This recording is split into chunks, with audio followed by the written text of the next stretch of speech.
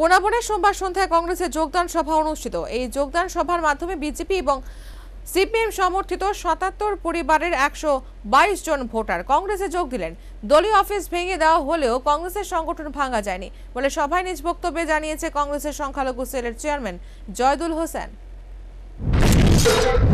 নীতিকে বিশ্বাস করে মানুষ ভোট দিয়েছিল এই জুমলা পার্টিটাকে।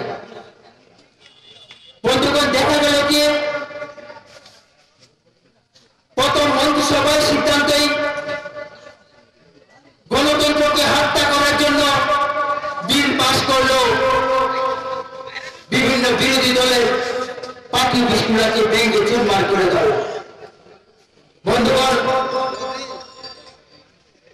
ওই চুরমারে জাতীয় কংগ্রেসের পার্টিগুলোকে ভেঙে চুরমার করে দিয়েছে, কিন্তু জাতীয় কংগ্রেসের সংগঠনকে চুরমার করতে পারেনি। সেটা আজকে আপনারা প্রমাণ পাচ্ছেন। আজকে এই পুরাতন বাজারে মানুষের জনজোয়ার।